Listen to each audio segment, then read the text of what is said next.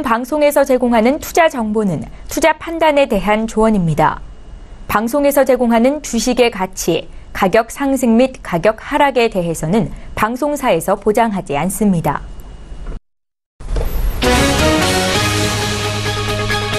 헤드라인 뉴스입니다. 지난 주말 미국 뉴욕 증시에서 주요 지수는 미국과 중국이 관세를 두고 또다시 충돌하면서 급락했습니다.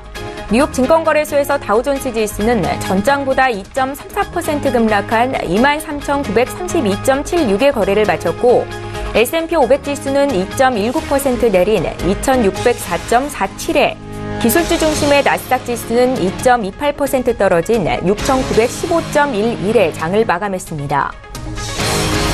미 노동부는 3월 비농업 부문 일자리가 10만 3천 개 증가했다고 발표했습니다. 6개월 만에 최저 수준을 기록한 것으로 32만 6천 개가 증가한 전달의 3분의 1 수준에도 못 미쳤습니다. 전문가들의 예상치는 17만 5천 개였습니다. 3월 실업률은 4.1%로 6달째 같았습니다. 시장은 4.0%를 예상했습니다. 3월 민간 부문의 시간당 임금은 전월 대비 0.3% 상승한 26달러 82센트를 기록했습니다. 월가 전망치는 0.2% 상승이었습니다. 임금 증가율이 시장 전망치를 소폭 웃돌았지만 신규 고용 숫자가 예상에 크게 미달하면서 미 연준이 빠르게 금리를 올릴 것이라는 우려는 줄었습니다. 스티븐 무누신 미국 재무장관은 협상을 통해 중국과의 의견 차이를 해소하길 원하지만 일정 수준의 무역전쟁 우려는 있다고 진단했습니다. 또 중국이 미국에 대한 보복 조치로 미 국채를 매도할 것이라는 우려에 대해서는 걱정하지 않는다고 일축했습니다. 무누신 장관은 CNBC와의 인터뷰에서 이같이 말하고 무역 정책이 매우 잘 정리됐고 우리의 전략은 명확하다면서 나는 조심스럽게 낙관해본다. 우리는 이 문제를 협상을 통해 해결할 수 있을 것이라고 말했습니다. 제롬 파월 미 연준 의장이 첫 공개 연설에서 인플레이션을 통제하기 위해 기준금리를 계속 인상할 필요가 있을 것이라고 말했습니다. 또 연준의 정책 기조는 인플레이션을 너무 급속도로 상승시키지 않으면서 경제가 최대 잠재력을 발휘하도록 하는 신중한 방법이라면서 경제가 현재 경로에서 계속 확장하는 한 연방 기금금리의 추가적인 점진적인 인상은 이들 목표들을 가장 잘 달성하게 해줄 것이라고 말했습니다.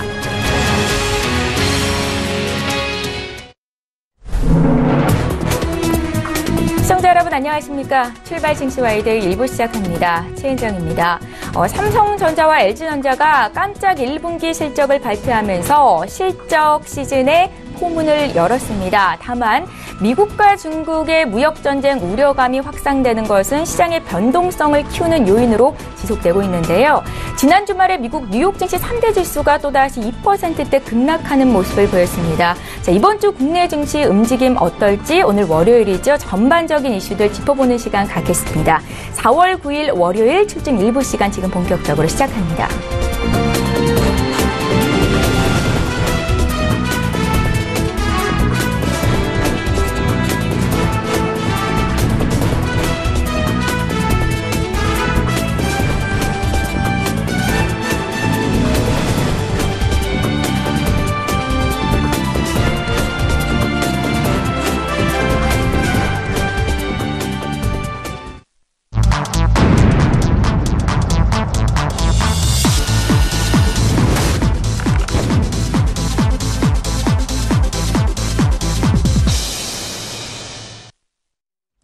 예, 시장의 중심이 되는 국내외 이슈 분석과 함께 투자 전략까지 짜드리는 시간입니다. 신승용의 시그널 나우 시간이고요. 오늘 월요일이죠. 브레인코리아 인베스트의 신승용 대표 모시고 자세한 이야기 듣겠습니다. 대표님 안녕하세요. 네, 안녕하십니까. 예, 자 먼저 이번 주 증시를 움직일 시장의 신호들은 어떤 것들이 있는지 화면 통해서 만나보시죠.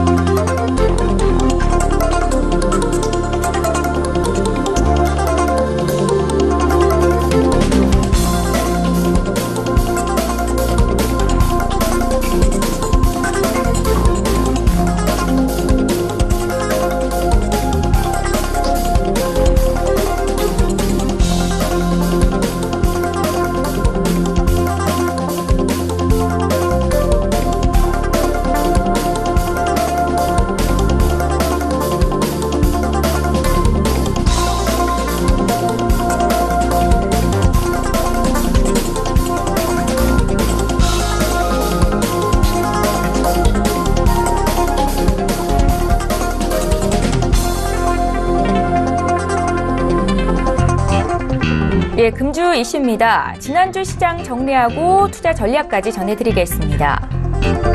1분기 기업들의 실적 기대감이 미중 무역전쟁 우려감을 지울 수 있을지 살펴봅니다. 삼성증권의 배당 파장, 시장 내 시사점 살펴봅니다. 예, 이번 주 목요일은 우리나라와 미국 간 금리 역전 이후 첫 금통위가 열리죠. 전망해보겠습니다. 예, 지난주 국내 시장은 미중 간 무역전쟁 관련 긴장감으로 또다시 변동성이 확대되는 모습을 보였습니다. 한편 정부의 코스닥 활성화 정책의 일환인 코스닥 벤처펀드의 출시 그리고 실적 시즌의 포문을 연 삼성전자, LG전자의 긍정적인 실적 발표는 여전히 시장 상승에 대한 기대감을 키우는 요인이 되고 있는데요. 먼저 지난주 시장 정리하고 이번 주 시장에 미칠 전반적인 이슈 정리부터 해보겠습니다. 예, 지난주 우리 시장에 있었던 것 크게 한 두 가지 정도로 요약이 될 것 같은데요. 예. 첫 번째는 코스닥 벤처펀드의 출시라는 부분. 이와 관련해서 앞서서 간단히 뉴스가 나갔습니다만은 3,700억 원대 자금의 순매수 유입 이런 부분이 어찌 보면 코스닥 시장에 상당히 긍정적인 시장의 분위기 만들어내고 있다라고 보셔야 되는 게 맞지 않나 생각이 됩니다. 두 번째는 실적 시즌의 시작이 되겠습니다. 삼성전자 상당히 긍정적인 실적 발표를 했죠. 그리고 LG전자 역시 긍정적인 실적 발표 만들어내면서 전체적인 우리 시장 내 1분기 실적에 대한 기대감, 특히나 반도체와 IT 가전, 그리고 조만간 있을 정유회사들, 그리고 석유화학 회사들까지 전체적인 긍정적인 실적 기대해봐도 되지 않을까라는 부분, 그리고 이와 관련된 1분기 실적 시즌과 맞물린 소위 말하는 투자 대응 전략 어떻게 마련해 나가야 될지 잠시 후에 좀 간단히 좀 살펴보도록 하겠고요. 이 두 가지. 근데 이제 문제는 바로 계속 시장 내 지속되어 왔었던 어떤 그 무역전쟁에 대한 우려감. 이런 부분들이 지난주 금요일, 우리 시간은 토요일 새벽이었습니다. 우리 시장 내 상당히 큰 우려감 만들어내면서 다들 알고 계시겠습니다. 미국 뉴욕 3대 지수 모두 2%가 넘는 급락 장세를 연출했다라는 부분. 이 부분에 대해서 우리가 이번 주 여전히 그 변동성은 열려 있다라고 생각을 해 두는 것이 맞지 않나 이런 생각을 좀 가져보게 됩니다. 근데 이럼에도 불구하고 여전히 시장에 대한 전반적인 분위기는 결코 실망스럽지 않다. 전반적인 분위기는 긍정적인 기대감이 여전히 시장 내 잔존하고 있다라는 부분. 그렇기 때문에 최악의 어찌 보면 시장 순환매 양상의 조정, 그 기간 조정의 양상 지금 들어가지 않을까라는 기대감 가져보고요. 이런 속에서 전체적인 실적에 따른 시장 내 간헐적인 어떤 그 호재와 악재 내지는 시장의 어떤 그 상승과 하락 종목별로 그리고 업종별로 엇갈리는 그런 양상들 분명히 나타날 가능성 높겠다 이렇게 좀 보셔야 될 것 같습니다. 이번 주 일단 시장 가장 중요한 부분은요. 앞서서 말씀드렸던 바와 같이 무역전쟁이 시장 투자 심리의 중심점에 서느냐 아니면 1분기 실적에 대한 기대감이 시장 투자 심리의 중앙에 서느냐 서로 간의 기싸움, 힘겨루기 양상이 이번 주 전개될 가능성이 높지 않을까라는 부분 말씀을 좀 드려보고요. 이런 사이에 주변 요소들이 있습니다. 이 주변 요소들, 파월 연준 의장의 발언, 그리고 다양한 어떤 그 경제 지표의 발표 부분, 그리고 주변 가장 핵심 주변 변수 중에 하나는 환율의 변화, 특히나 원화의 강세 기조가 과연 언제까지 이어질 것인가라는 부분들, 그리고 사드와 관련된 사드 보복 해소 기대감이 여전히 시장 내에 남아있죠. 이런 부분들에 대한 기대감 과연 어느 정도나 시장 내 작용할 수 있을지 이 부분도 또 하나의 이번 주 관전 포인트 중에 하나가 될 것이다 라는 부분. 아울러서 두 가지 중요한 이번 주 이벤트가 있습니다. 첫 번째는 12일 날 공교롭게 다 몰려 있는데 우리 시간으로요. 미국에서는 이제 11일 날 발표 예정인데 우리 시간은 12일 새벽이 되겠습니다. 12일 새벽에 있을 FOMC 3월 의사록 공개 부분 과연 얼마 금리 인상을 단행을 했는데 어떤 이야기들이 오고 갔는지 이런 부분에 대한 확인 분명히 필요해 보인다라는 말씀 드려보면서 이런 부분들은 어쩌면 6월, 9월, 12월 과연 세 차례의 추가적인 인상이 있을지 아니면 9월과 12월 내지는 6월과 12월 두 차례의 추가적인 금리 인상이 있을지 이를 가늠해 볼 수 있는 가늠자 역할을 하기에 충분하지 않을까라는 기대감 좀 가져보게 됩니다. 이제 그 새벽 연준 의사록이 공개된 이후 우리 시장이 열린 직후 한 10시경에는요. 한국은행의 금융통화위원회 지금 결과 발표 지금 예정에 되어 있는 그런 상황이 되겠습니다. 네. 과연 한은금통위 미국의 금리 인상 이후 한미 금리 간 금리 역전이 나타났죠. 이런 상황 속에서 과연 어떤 의사결정을 내릴지 이 부분도 좀 우리가 좀 지켜볼 필요가 있어 보인다라는 말씀 좀 드려봅니다. 네. 조금 더 우리가 좀 자세하게 좀 다뤄볼 만한 이야기들이 있다라면 아무래도 환율과 관련된 이슈 최근 지난주 특히나 1060원 초반까지 그리고 1059원까지도 하락하는 그런 모습들 소위 말하는 원화의 급진적인 강세 국면 단기적인 기간 안에 이런 부분들이 나타나게 되면서 수출주들에 대한 부담으로 다가오는 것은 아닌지에 대한 그런 우려감 역시 시장 내에 나타났었습니다. 이게 가장 대표적인 부분 중에 하나가 무역전쟁이라는 이슈, 그리고 실적 발표라는 이슈, 그리고 환율이라는 이슈, 이 세 가지 중에서 어떤 것이 과연 우리 시장 내 많이 지금 현재 영향을 미치고 있을까라는 부분을 좀 생각을 해본다라면요.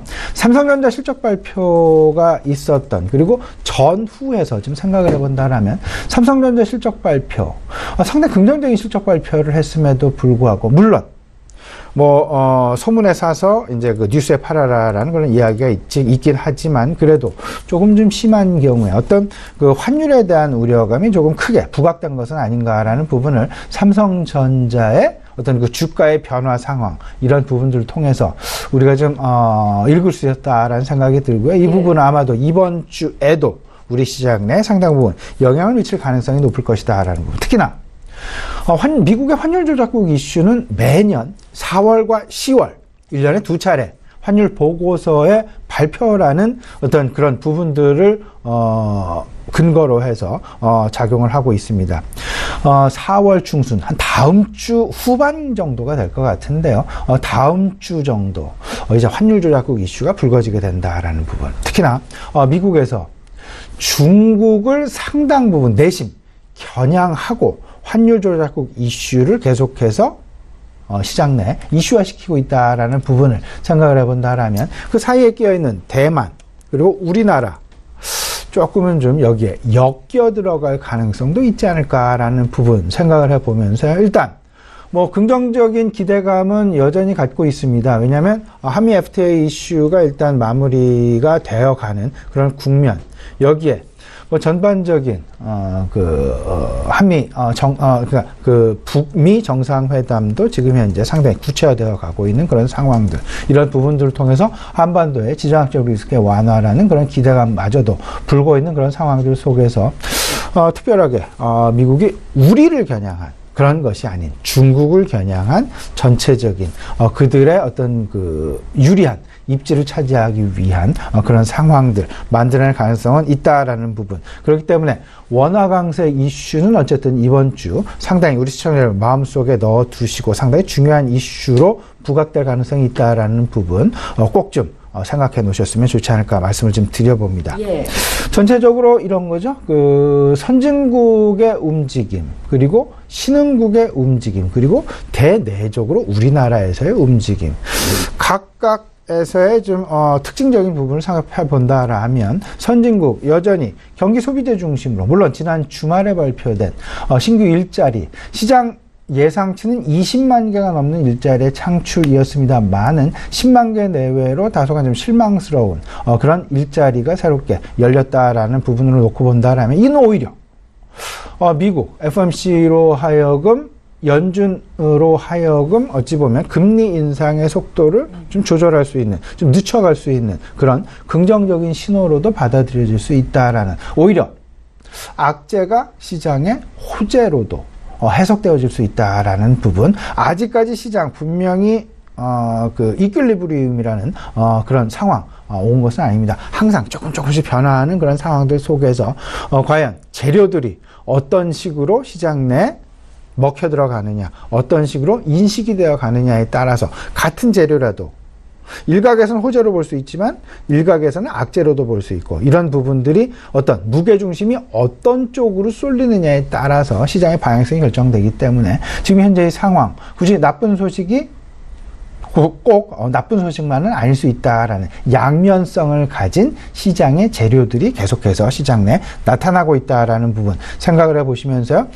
지금 뭐 서울경제텔레비전에서 항상 이야기하고 있는 이런 어떤 그 시장의 방향성이랄지 뭐 종목의 움직임이랄지 이런 부분 꼭 좀 계속해서 예의주시했으면 좋겠다라는 말씀 좀 드려보고요. 네. 대내적으로 코스닥 벤처펀드의 출시로 인해서 첫날 3,700억 원이라는 신규 펀드가 조성이 됐습니다. 이는 계속해서 아마도 늘어날 가능성이 높아 보이고요. 이런 부분들은 코스닥 시장의 안정화, 활성화에 상당 부분 기여할 가능성이 높겠다. 특히나 코스닥 벤처펀드는요. 일단 중소형주 중심, 특히나 소형주 중심과 새롭게 IPO를 만들어낸 신규, 제 개인적인 판단으로 한 2년 차 이내의 회사들에 상당히 긍정적인 영향을 미칠 수 있다라는 부분. 왜냐하면 세제 혜택이라든지 그런 모든 것이 다 신규 IPO를 한 회사나 IPO를 한 이후 한 2년차, 3년차 미만에 있는 그런 회사들의 상당 부분 최소한 35% 이상 그 비중을 담아야만 하는 그런 법적인 규제가 있기 때문에 이런 부분들 오히려 수급에 상당히 긍정적인 영향을 미칠 수 있다라는 부분 꼭 좀 생각을 해 두시고요. 1분기 실적 빼놓을 수가 없겠죠. 1분기 실적 항상 긍정적인 어떤 그런 전망치가 나오는 그런 업종에 우리가 관심을 가져야 되겠다. 그 대표적인 것이 계속 말씀을 드린 부분이 있었습니다. IT 반도체, IT 가전, 그리고 화학, 정유, 그 다음에 증권 업종, 그리고 엔터테인먼트 업종까지. 근데 일단 앞서서 말씀을 드렸던 IT 반도체와 IT 가전 부분, 이미 그 대표 주자라고 할 수 있는 삼성전자와 LG전자, 시장의 기대치를 훨씬 넘어서는 그런 실적 발표가 있었습니다. 이는 어찌 보면 올해 연중 내내 긍정적인 실적을, 특히나 2분기, 3분기에 대한 기대감을 더 키울 수 있다라는 그런 기대감 가지기에 충분한 어떤 그 재료가 아니었나라는 생각을 좀 가져보게 되고요. 앞으로 계속해서 이어지는 뭐 증권업종의 실적 발표랄지, 아니면 화학 소재, 정유업종의 어떤 그 실적 발표랄지, 그리고 엔터업종의 실적 발표, 이런 부분들까지 앞으로 계속해서 관심을 가져 나가셔야 되겠다라는 말씀 좀 드려봅니다. 마지막으로요. 중국 소비주에 대한 관심을 계속 가져보자라는 말씀 드리고 있습니다. 예. 중국 소비주 상당히 중요한 어떤 그 교집합 부분이다라고, 시장 재료들, 시장 이슈들에서 공통적으로 시선이 모아지는 그런 교집합 부분이다라고 말씀을 좀 드리고 있는데요. 일단 미국과 중국의 무역 전쟁, 뭐 하루가 다르게 지금 상황이 변화가 되고 있습니다. 한동안은 완화 국면에 들어갔다가 다시금 긴장 국면에 들어갔다가 다시 완화 국면 들어갔다가 다시금 지난 주말 상당히 긴장의 국면으로 빠져들어가 있다라는 부분. 그러면 아직 끝나지 않은 무역 전쟁의 이슈, 그래서 조금 좀 자유로운 업종을 찾아본다면 단연코, 그리고 단연코 중국의 소비주일 가능성이 높다라는 부분 말씀을 계속해서 드리고 있고요. 여기에 남북 정상회담이랄지 북미 정상회담이랄지 이런 부분들이 전반적인 한반도 지정학적 리스크, 이런 부분들은 결국은 미국과 중국 간에 어떤 특히나 중국 입장에서의 사드 갈등 완화, 이런 부분들이 실질적인 지난 3월 30일 중국의 시진핑 특사 문재인 대통령을 방문을 하면서 전반적인 뭐 세 가지 매우 중요한 이야기를 했죠. 롯데그룹과 롯데마트의 매각과 관련된 부분, 전기자동차 배터리와 관련된 부분, 그 다음에 한한령과 관련된 어떤 그 단체 여행,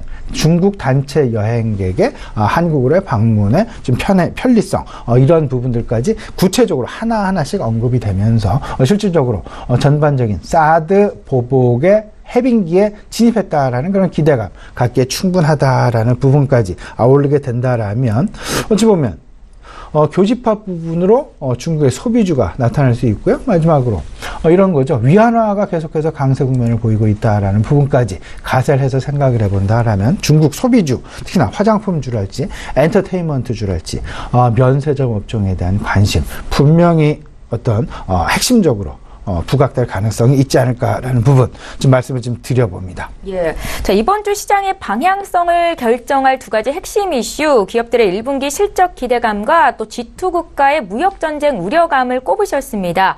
기대감이 우려감을 덮으면서 주가가 올라갈 수 있을지 여기에 대한 의견을 좀 구체적으로 들어볼게요. 예, 앞서 말씀을 드린 부분 다시 한번 조금 더 구체적으로 말씀을 드려보면요. 일단 포문을 연 LG전자와 삼성전자의 실적 매우 긍정적이었다. 특히나 삼성전자는 반도체 업종의 호황, LG전자는 가전 업종의 호황, 특히나 인공지능과 맞물린 어떤 그 가전 매출의 증가, 이런 부분들이 LG전자의 상당 부분, LG전자의 이익 증대에 상당히 기여를 했다라는 평가 부분 우리가 분명히 할 수 있을 것 같습니다. 예. 다만 부담 요인은 있죠. 삼성전자 입장에서는 반도체 호황, 과연 언제까지 갈 것인가. 그런데 시장에서 이야기를 하고 있는 반도체 업종의 정점 논란이 여전히 계속되고 있다라는 부분. 여기에 미국 트럼프 대통령의 IT 업종과 관련된 다소간의 좀 모순적인 그런 상황들, 특히나 계속해서 아마존 때리기라고도 얘기가 나오고 있고요. 페이스북에 대한 조금 좀 실망스러운 그런 상황들 나오고 있고, 전체적인 어떤 그 IT 업종들에 대한 다소간 좀 부담 요인들은 작용을 하고 있다라는 부분. 아마도 근데 하지만 이런 부분들은 이번 1분기 실적, 이제 13일부터 이제 미국도 1분기 실적 시즌 시작이 됩니다. 예. 이런 부분과 맞물리게 된다라면 서서히 실적과 관련된 이슈, 그리고 시장 내에 있었던 노이즈들이 하나둘씩 거쳐 나가면서 시장의 관심은 단연코 실적으로 쏠릴 가능성이 높을 것이다라는 기대 가져봐도 괜찮지 않을까라는 부분 말씀드려보고요. 이런 IT 반도체의 어떤 그 실적의 긍정적인 부분들이 업종별로 이제 확산될 가능성이 클 것이다라는 부분 계속 말씀을 드리고 있습니다. 이익 추정치의 상향 업종에 관심을 가져야 된다. 이익 추정치의 상향 업종, IT와 가전 말씀을 드렸었죠. 예. 그리고 미디어 업종, 엔터테인먼트 업종이 되겠습니다. 증권 업종과 화학 업종, 그리고 비철 금속에도 우리가 관심을 가져야 될 것이다. 특히나 비철과 화학은 신흥국 경기와 상당 부분 유효하게 작용을 하고 있고요. IT와 가전, 이런 부분들은 전체적으로 그 선진국 경기와 상당히 맞물려 있다. 증권 업종, 일단 상당히 고무적으로, 물론 이제 삼성증권의 배당과 관련된, 배당 실수와 관련된 어떤 증권 회사들에 대한 어떤 그 다소간 좀 불미스러운 어떤 신뢰의 문제와 관련된 그런 이슈들 지금 현재 한창 진행 중이긴 합니다만은 실적으로 펀더멘탈적으로 생각을 해본다라면 1분기 실적 기대해보기에 충분하다라는 말씀 아울러서 좀 드려봅니다. 예. 일단 이런 부분들이 과연 무역전쟁의 이슈를 덮을 수 있을 것이나, 저는 1분기 실적 분명하게 무역전쟁 이슈를 덮을 수 있다라는 가능성 말씀을 드려보고요. 두 번째는 무역전쟁과 관련된 부분들, 어찌 보면 1분기 실적, 특히나 미국에 있어서의 1분기 실적이 덮을 가능성이 높다라는 그런 가능성. 가장 중요한 것은 이제 지난 연말부터 시작이 된 미국의 법인세 인하 조치가 이번 1분기도 실질적으로 반영이 된다라는 부분. 이 법인세 인하 조치 상당히 크게 미국 기업들의 1분기 실적에 반영이 되면서 소위 말하는 그들 영업이익에 어떤 그 점프업이 나타날 수 있다라는 부분, 이런 눈높이를 향상시킬 수 있다라는 그런 기대감 가져봐도 되지 않을까라는 부분 말씀드려봅니다. 네. 아울러서요, 한미정당 남북정상회담과 예. 북미정상회담, 한반도 지정학적 리스크 완화, 전반적으로 무역전쟁의 이슈를 다소간 완화시킬 수 있지 않을까라는 부분까지 생각을 해보시면서 앞서서 강조했었던 이런 모든 이슈들에 있어서 상당히 긍정적인 분위기를 만들어내 가고 있는 부분들은 여전히 중국 소비주로 귀착이 될 수 있다라는 부분, 우리 시청자 여러분, 여러 가지 이슈들을 종합해서 중국 소비주라는 쪽으로 관심 가져보는 것이 나름 아마도 이번 주에도 수익률을 만들어내실 수 있는 좋은 투자 전략이 아닐까라는 부분 말씀드려보겠습니다. 예, 저희 이어서 주말 내내 논란이 됐던 이야기를 해보겠습니다. 삼성증권의 배당 지급과 관련한 직원의 실수가 시장 내 큰 파장을 예고하고 있는데요. 삼성증권에 대한 철저한 조사와 함께 공매도 규제를 촉구하는 청와대 국민청원은 동참자 역시 지금 14만 명을 넘어서 점점 늘어나고 있습니다. 이에 대한 시장 영향이 어떨까요, 대표님? 예, 이게 지금 분명하게 우리 시청자분들 알고 계셔야 될 것이요. 예. 그러니까 네이키드 숏이라는, 소위 말하는 내가 실질적으로 보유를 하지 않았음에도 불구하고 공매도가 과연 가능했다라는 그런 어떤 그 시스템의 어떤 그 오류 부분. 실제로 법적으로는 규제를 하고 있습니다. 대차를 근거로 한 공매도는 가능하지만 대차가 없는, 소위 말하는 하나도 내가 주식을 보유하고 있지 않은 그런 상황들 속에서 공매도는 절대 불허하고 있다라는 부분. 소위 말하는 네이키드 숏 셀링이라고 얘기를 하고 있는데요. 이 부분 절대 안 되는 것이다. 그러기에 이번에 아마도 삼성증권 상당히 뭐 경미한 상황이 아니라 상당히 중대한 어떤 그 정책 당국, 감독 당국의 어떤 제재 내지는 규제 내지는 어떤 그 페널티를 받을 가능성 높을 것이다라는 부분 분명히 예고를 하고 있습니다. 근데 이런 것들의 이슈가 결국 시장 내 어떤 이슈로 쏠리게 될까? 어떤 방향으로 시장에서는 읽히게 될까?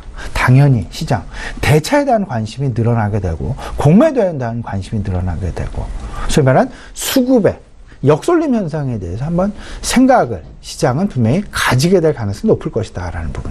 대차 잔고 상당히 중요합니다. 시청자 여러분들. 지금 현재 대차 잔고가 지난 올 초 62조 원이었나요? 62조, 올 초 62조 원대의 총 시장 내 대차 잔고가 있었습니다. 이것이 지난 주 77조 원까지 늘어났다라는 부분. 그만큼 시장 내 대차 잔고가 늘어났다. 대차 잔고가 늘어났다라는 부분은 시장 조금 안 좋게 보고 있다라는 그런 투자자가 많아지고 있다라는 부분으로 이해를 하셔야 될 것 같고요. 이런 부분들을 소위 말하는 집단지성의 결합체, 집단지성에 대한 의사결정의 결합체라고 통상 이야기를 하고 있는 우리 증권시장. 우리 증권시장의 입장에서 시장의 방향성을 가늠하는 어떤 힌트로도 제공이 되고 있다라는 부분 분명히 감지하고 계셔야 될 것 같습니다. 대차 잔고가 늘었다라는 부분, 그만큼 매도를 하려는 매도 쪽에 주가 하락에 베팅하고 있는 투자자들이 늘고 있다는 부분으로 이해하셔야 될 것 같고요.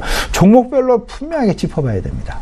종목별로 지금 현재 대차 잔고가 가장 많은, 금액 순으로 가장 많은 회사는 셀트리온이 되겠습니다. 예. 셀트리온 무려 8조 원의 대차 잔고를 유지하고 있습니다. 그 뒤를 따르는 것이 삼성전자 7.3조 원. 근데 저는 대차 잔고 금액도 금액이지만 총 시가총액 대비 대차 잔고의 비율, 대차 잔고 금액의 비율이 큰 회사는 그만큼. 이게 삼성전자의 시가총액이 350조입니다. 근데 이 중에 7조 원 하고요. 셀트리온의 시가총액은 34조 원가량.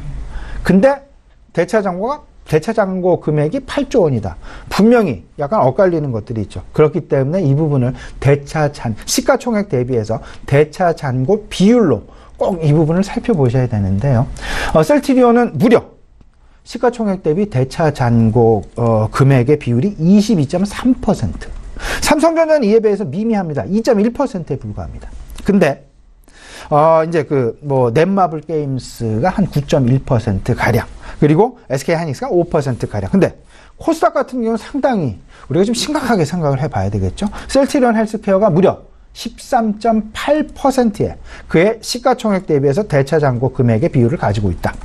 신라젠 역시 18.6%, 그리고 바이로메드 19.1%의 대차 잔고 비율을 가지고 있다라는 부분. 상당히 많은 투자자들이 지금 시가총액을 이루고 있는 투자자들 중에서 20%에 가까운 투자자들이 주가 하락에 베팅을 하고 있다라는 그런 부분, 분명히 무게중심의 움직임 부분들 분명히 읽어보시면서요. 시장 상황, 종목의 변화 상황, 대차 잔고를 중심으로 해서 특히나 공매도에서 파생되어지는 대차 잔고. 공매도는 불법이지만 대차 잔고는 불법이 아닙니다. 이 대차 잔고와 관련된 이런 부분들을 통해서 어떤 그 시장의 흐름, 종목의 방향성 흐름 읽어볼 수 있다라는 것. 그리고 또 다른 변화 있죠. 국민연금이 최근 어떤 업종을 사고 어떤 종목을 팔았느냐. 산업종은 화학과 엔터테인먼트 업종과 건설 업종을 사고 있다. 하지만 매도 업종은 제약업종, 바이오 업종, 그리고 식품과 섬유를 팔고 있다라는 부분. 어떤 시사점을 분명히 우리에게 제공하고 있다라고 보셔야 될 것 같습니다. 예, 대차장고 비율이 높은 종목을 매매할 때는 다소 조심할 필요가 있다라는 말씀이신 거죠? 네, 그렇습니다. 예, 알겠습니다. 다음 이슈로 좀 넘어가 볼게요. 이번 주 목요일에 또 중요한 두 가지 이슈가 있습니다. 앞서 말씀을 하셨는데요. 우리 시간으로 새벽에 발표되는 미 FOMC의 회의록이 있고 또 오전 10시경에는 한국은행의 금통위가 개최가 됩니다. 한미 간 금리가 역전된 이후로 처음으로 열리는 금통위인데 어떻게 예상을 하십니까? 네, 일단 지금 파월 연준 의장의 스탠스는 골디락스 스탠스를 계속해서 유지하고 있다라는 부분. 그 이야기는 물론 이제 점도표는 올해 3회 3차례의 인상, 평균은 4차례의 인상을 지금 예시를 하고 있지만 그래도 시장의 기대는 어쨌든 3차례 인상이 그쳤으면 좋겠다. 빨라지지 않았으면 점진적인 금리 인상을 원하고 있다라는 부분. 근데 최근 이제 그 우리 시장 내 이제 그 금통위 아마도 내일 모레 이제 금통위 열리게 되면 금리 동결 가능성이 높아 보이는데 그 가장 큰 이유는 물가 상승의 압력이 아직까지는 미약하다라는 부분. 그리고 최근 원화 강세가 상당 부분 부담으로 작용되고 있다라는 것, 이런 부분들을 생각을 해본다라면 금통위 아마도 금리 동결 가능성이 오히려 이것보다는 환율 이슈 우리가 주목해야 될 텐데 그 환율 이슈, 환율 보고서와 관련된 환율 조작국 이슈가 아마도 다음 주에는 우리 시장 내에 상당 부분 크게 불거져 올 가능성이 있다라는 부분 미리미리 대비해 주셨으면 좋겠고요. 이제 투자 전략을 전체적으로 좀 정리를 해보죠. 네 가지 관점, 지금 시장 핵심이 되겠습니다. 첫 번째가 1분기 실적, 두 번째가 무역전쟁 이슈, 세 번째가 수급과 관련된 이슈, 그리고 네 번째가 환율 조작국 이슈가 될 것 같습니다. 1분기 실적 관점에서 실적 추정치의 상향 조정 업종, 반도체와 증권, 가전, 화학, 에너지, 우리가 집중해야 될 것 같고요. 무역전쟁과 관련해서는 이 영향권에서 제외되어 있는 업종에 우리가 관심을 갖자. 바로 중국 소비주가 될 것 같은데 화장품 업종과 엔터테인먼트 업종, 여행 업종, 면세점 업종까지. 그리고 주체별 수급은 코스닥 벤처펀드의 출범과 맞물리게 됩니다.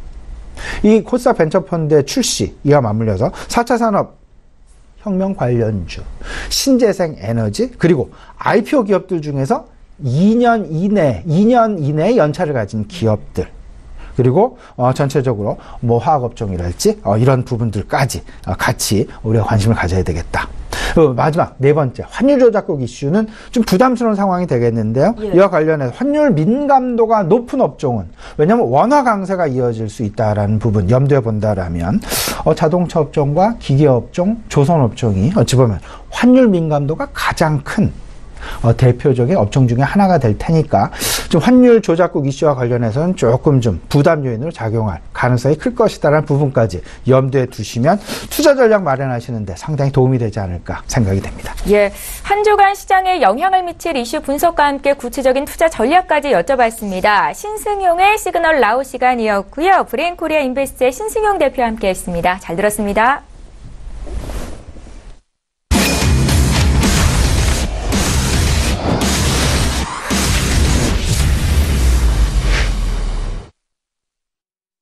예, 이번에 국내외 선물 시장 투자 전략 짜겠습니다. 선재 트레이더의 선물 하이킥 시간이고요. 선재 트레이더 오늘도 화상으로 연결해 보겠습니다. 안녕하세요. 네, 안녕하십니까. 반갑습니다. 예, 반갑습니다. 오늘도 국내 선물 시장 투자 전략부터 여쭤보죠. 네. 우선은 지금 종가가 312지수에서 끝났지만 우선은 야간 선물 이미 380수까지 밀린 상태였고요. 그 다음에 310 지수까지 반등하면서 끝났습니다. 자, 이 말인즉슨 우선은 야장 종가가 이 아래서 끝났다는 이야기죠. 한마디로 추가적으로 이 아래서 오늘 시작이 된다면 얘네들은 310지수 중반을 맞고 싸워야 되는 그림들이 나올 거다, 이렇게 보고 있습니다. 그래서 우선은 예상장은 311.50, 그래서 저희는 311.50까지 기다렸다가 추가적인 매도 관점들 열고 싸워볼 생각을 하고 있고요. 오늘 예상 저항들 311.50에 예상 지지력들 307지수 진입까지를 본다, 이렇게 말씀드리겠습니다. 한마디로 저희가 지속적으로 매도 쪽 관점을 열고 보고 있는데요. 우선은 지지력은 금요일날 보여준 듯 보였으나 실제적으로 저녁장에 이미 빠졌다. 한마디로 추가적으로 반등을 주면 저희는 이 구간들 맞고 지속적으로 오늘 매도를 치겠다, 이렇게 말씀드리겠습니다. 여튼 해외 선물 지수하고 전반적으로 오늘 오전장에 반등 여력들이 약간 있기 때문에 뭐 아래 구간들 310지수에서 시작이 된다. 그렇다면 저희는 한 1.5% 열어놨다가 추가적인 매도 관점 열고 보겠다 이렇게 말씀을 드리겠습니다. 그리고 나스닥 한번 볼게요. 뭐 일봉상에서의 추세 저항들 맞고 그냥 무너졌습니다. 저희도 매도 관점으로 굉장히 큰 수익을 내고 마감 지었고요. 자, 그렇다면 추가적인 저가를 깰 건가에 대한 관점이겠죠. 뭐 이렇게 보자면 우선은 6,400 지수들 아직 지지는 되고 있지만 뭐 저가를 원체 낮추는 시도들 지속적으로 있기 때문에 추가적인 저가들 크게 낮추게 된다면 새로운 포지션들 열릴 수 있기 때문에 우선은 무포자분들은 좀 관망하시고 지켜보는 게 좋으시고요. 뭐 저랑 같이 하신 분들 추세 매도를 끌고 가시는 분들은 여전히 익절 라인 그다음에 물량만 좀 줄여서 추가적으로 뭐 하루 이틀 더 보시면 결과가 나오지 않을까 생각하고 있습니다. 이상입니다.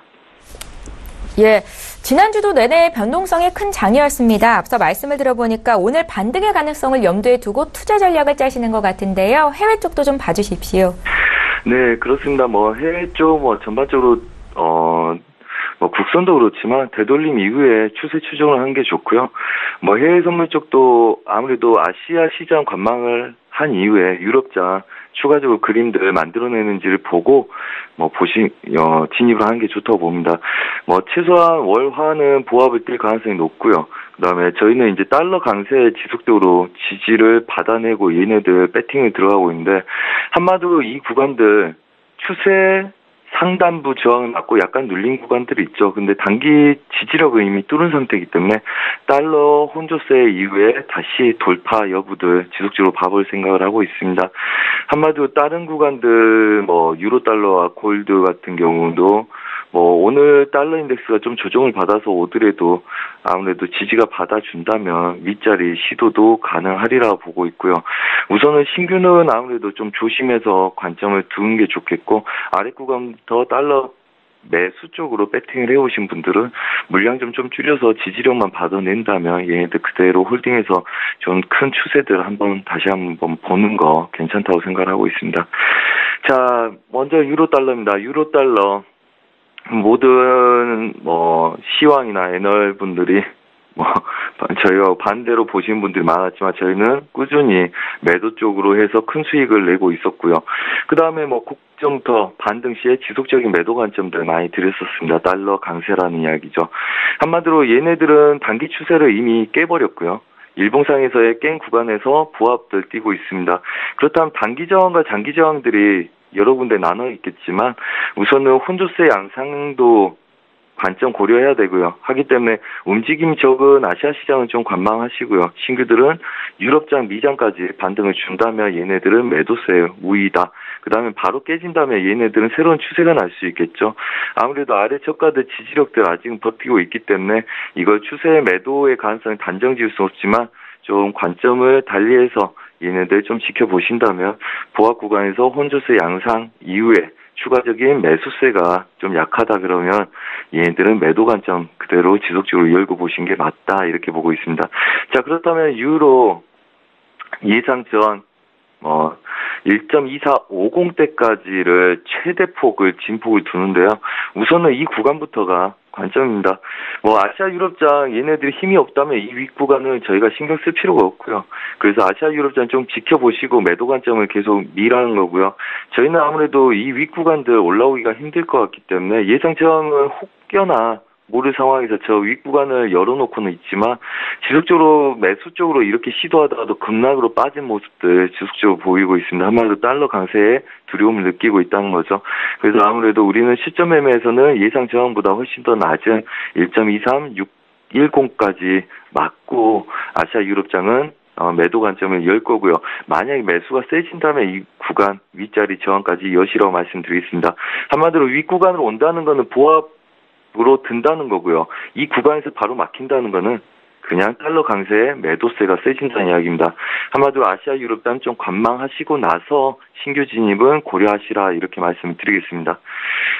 자, 그리고 크루드 오일 잠깐 보겠습니다. 자, 크루드오일 차트가 좀 닫혀 있었나 보네요. 제가 크루드오일을 새롭게 열어서 봐드리도록 하겠습니다. 자, 크루드오일입니다.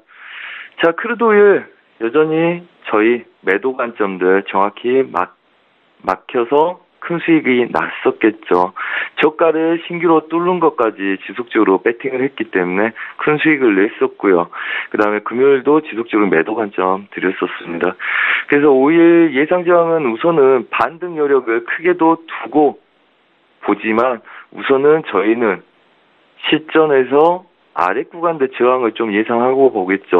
한마디로 위 구간대 오지 않을 저항을 예상을 두고 보는 이유는 월요일, 화요일 날 오전 중에 아시아 유럽장 반등 여력을 보고 나서 결정한 게 좀 더 좋겠다 이 이야기고요. 저가는 이미 신저가를 깨고 무너진 모습들이지만 아직은 아시아 시장은 반등 여력을 갖고 있다. 그래서 제가 볼 때는 오늘 62.20대를 맞고 바로 무너지느냐 아니면 얘네들은 2.90대까지 올라와서 무너지느냐 두 자리를 봐야 되기 때문에 아시아 시장에서의 얘네들 저항과 그 다음에 여기에까지 올 수 있는지를 한 번쯤 보고 아시아 유럽장에서 이 구간을 잘 막아낸다면 바로 여기서 매도 관점을 열고요. 그렇지 않는다면 윗구간에서 오늘 열어야 되겠다는 관점에서 모든 해외 선물 시황은 아시아 섹션은 좀 관망하시고 나서 매도가 세는지를 한 번 더 확인하시고 진입하시라 이렇게 말씀을 드리겠습니다. 자, 그래서 이 구간에서는 두 자리라는 거죠. 62.20대 얘네들 매물대와 그 다음에 63달러 막는 62.90대. 그러니까 얘네들 저가냐 둘 중에 어느 저가에서 오늘 무너지는지 본다.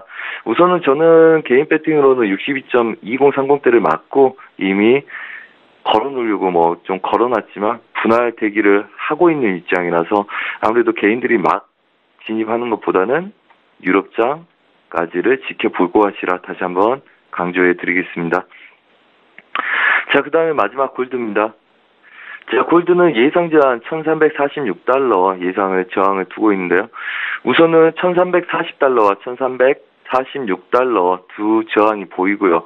한마디로 얘도 똑같습니다. 지금 아시아 시장에서 막혀있는 구간들 바로 막혀서 밀릴지 아니면 아시아 유럽장 초반까지 혼조세 뛰다가 추가적인 오늘 반등을 주다 밀릴지를 보는 겁니다. 한마디로 반등 매도 우위라는 거죠. 그래서 정강 후 약에 대한 대응이다. 그래서 아시아 시장은 좀 저가 부근에서는 계속적으로 지지를 받아내고 반등하려는 모습을 보일 거고요. 그 다음에 유럽장 후반부터 미장은 매도 쪽으로 보고 있습니다.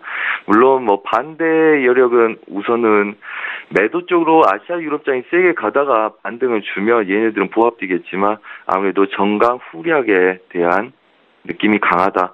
지속적으로 저희도 금요일날 계속적으로 이 구간을 막고 매도 쪽 관점을 계속 봤었습니다.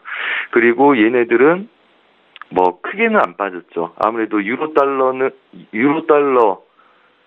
특히 달러 인덱스를 보고 골드는 결정할 심산인 것 같아서 얘네들은 보합 구간 들어있다. 한마디로 고가를 제외한 지지력과 저가를 제외한 지지력 내에서 혼조세 양세에 뛰고 있기 때문에 저번 주 금요일날 말씀드렸다시피 유로달러보다는 골드는 좀 더 관망세가 지날 거다 이렇게 말씀드리겠습니다. 그래서 달러 인덱스의 향방이 좀 더 커질 때 얘네들은 분명하게 방향을 띌 거다 이렇게 생각이 들고요. 그렇다면 달러 인덱스 향방을 지켜보시고 나서 얘네들도 뭐 미장부터 대응하신 게 좀 더 초보분들한테는 더 낫겠다 이렇게 말씀을 드리겠습니다. 그래서 전반적으로 아시아 시장은 좀 관망세를 두고요. 그 다음에 오늘 반등이 좀 센지 아니면 아시아 유럽장 지속적으로 반등 여력을 막아내놓고 미장에서 신저가를 낮추러 가는지를 좀 더 관망하시면서 방향을 보고 하시는 게 좋다. 그래서 유럽장이라 하면 한 6시, 7시 이후부터가 아무래도 파리, 런던 열리고 그 다음에 뉴욕, 시카고 들어오는 10시, 11시까지의 시간들이 주력 그림일 거다. 이렇게 보고 있습니다. 그래서 좀 더 관망하시고 입절 잡고 끌고 가는 매매 전략들 꾸리시기 바랍니다. 이상입니다. 예, 국내외 선물시장 투자 전략 오늘도 선재 트레이더 연결해서 자세히 들어봤습니다. 말씀 잘 들었습니다. 네, 감사합니다. 예, 출발 증시와이드 1부 여기서 마칩니다. 잠시 뒤 2부 시간에는 시청자 여러분들 고민하고 계시는 종목 상담 도와드리는 시간이 있습니다. 샵 0082번으로 문자 보내주시면 되겠고요. 건당 100원의 정보 이용료가 부과되는 유료 문자 번호입니다. 잠시 뒤 저희는 2부 시간으로 다시 오겠습니다. 고맙습니다.